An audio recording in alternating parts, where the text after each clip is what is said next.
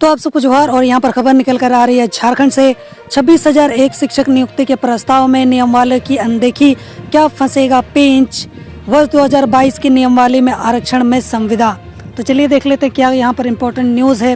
राज्य में 26,001 सहायक आचार्य यानी कि प्राथमिक शिक्षक की नियुक्ति का प्रस्ताव झारखंड कर्मचारी चयन आयोग को भेजा गया है। इनमें से 12,869 पद झारखंड शिक्षा परियोजना परिषद रांची के अंतर्गत कार्यरत सहायक अध्यापक यानी कि पारा शिक्षक संविदाधारी कर्मियों के लिए आरक्षित है, जबकि सहायक आचार्य नियुक्ति नियमावली में इस माह हुए संशोधन में संविदाधारी कर्मियों के आरक्षण का प्रबंधन जो है वो एक तरीके से समाप्त ही कर दिया गया है।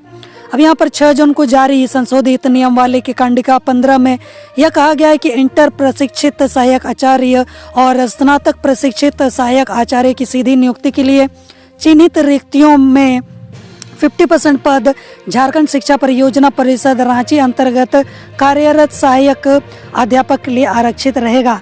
आरक्षण का लाभ वैसे पारा शिक्षकों को मिलेगा जिनकी सेवा विज्ञापन प्रकाशन की तिथि को न्यूनतम व लगातार 2 वर्ष की हो गई हो।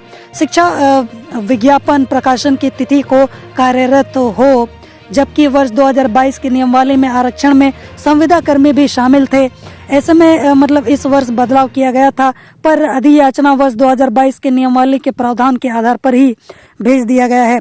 आंदोलन की चेतावनी। एकीकृत सहायक अध्यापक यानी कि पारा शिक्षक संघर्ष मोर्चा ने संविदा कर्मियों को आरक्षण दिए जाने का विरोध किया है।